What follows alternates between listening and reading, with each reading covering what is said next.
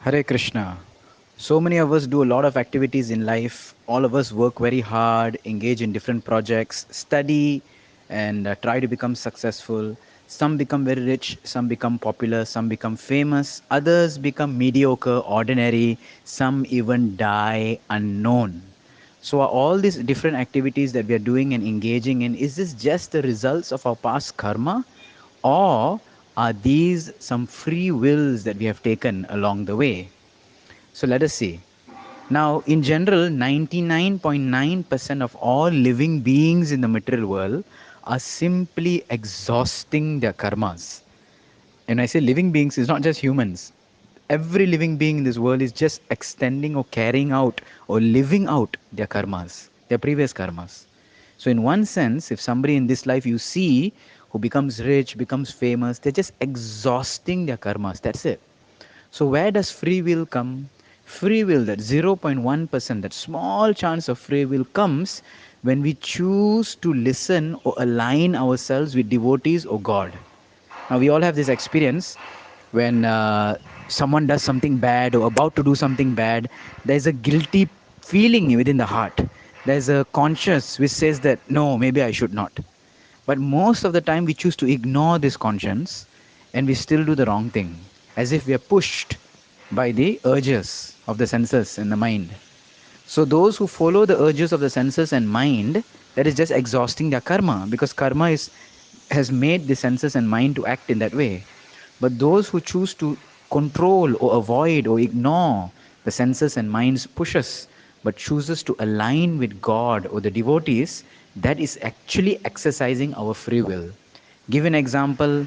Now, in general, people are committed or used to eating meat.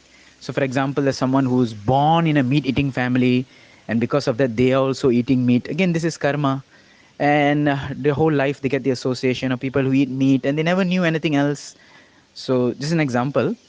And somehow one day, they came across some devotees and they heard that, oh, meat eating is actually wrong, it's actually bad. Somewhere along their life, they kind of thought about it, but they didn't take it too seriously. They did not exercise their free will.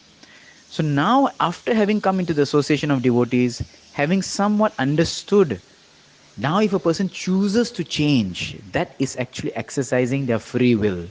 If a person says no and just lives how they have been living, that means they are just exhausting their karma.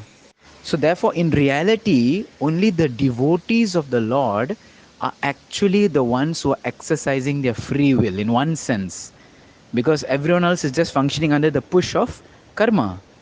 So, even someone who does not become a devotee, if they choose to follow the Paramatma in their heart, there are many people who, let's say, while student life or childhood, they come across a person who gives them a cigarette, and Paramatma from within is giving signal, no, no, don't take it. And they feel that, everyone of us, we have this experience, we feel it within our heart, something wrong. And they choose to follow that, and they say, no, no, no, I will not take it. So that means they are like somewhat aligning with Paramatma. So, to the degree that we align with Paramatma and the devotees in all our decisions and all our desires, to that degree we are actually following our real free will, because we, the soul, is meant to align with God and the devotees. We are not meant to align with our senses and mind. Only the animal life, they align to their senses and mind. But actual freedom, which is the soul, is to align with God and his devotees. So, in the first canto of Srimad Bhagavatam, 11th chapter, 38th verse, there's a beautiful verse which says, Etat ishanam ishasya prakriti stopi tat gunai na yujjate sadatmaster yata buddhis tat ashraya. Here they say how God is not affected by matter, by material modes, even though he is in the material nature. Similarly, devotees who have taken shelter of the Lord, they also do not become influenced by the material qualities.